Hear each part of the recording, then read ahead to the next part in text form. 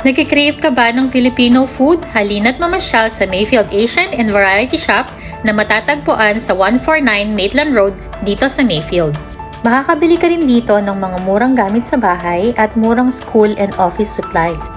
Sa dulo ng store makikita ang iba't ibang Filipino condiments, Filipino snacks at iba't ibang mga sangkap sa pagluto ng pagkaing Pinoy. Meron ditong mga namimiss mong delata, ang paborito mong cup noodles, meron din ditong dried fish or tuyo, banana chips, at may iba't ibang klase ng panghalo-halo, mga flavored condensed creamer, meron ding mga sibuyas, meron ding kalabasa at kamote.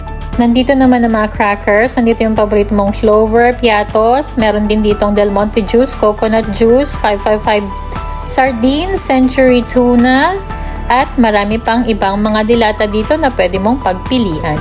Dito naman merong twisted crackers or pilipit, meron tayong sampalok or tamarind, choco pie, at pulborot. Nandito naman ang mga gulay tulad ng malunggay, water spinach or kangkong, bitter melon or ampalaya. At syempre, nagpunta ako dito para bumili ng Mamacita's Sinigang Mix dahil paborito ng mga anak ko ang sinigang.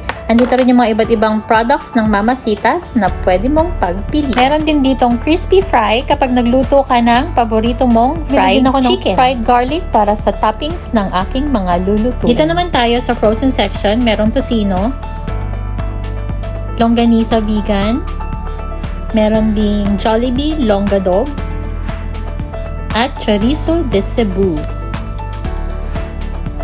Dito naman merong beef tapa, sisig, at longganisa. Dito naman merong tilapia, basa, meron ding bangus, ayan, bangus belly, meron din ditong tulingan at galunggong. Dito naman merong grated purple yam or ube, rice flour balls, meron din ditong suman or glutinous rice cakes at cassava cake.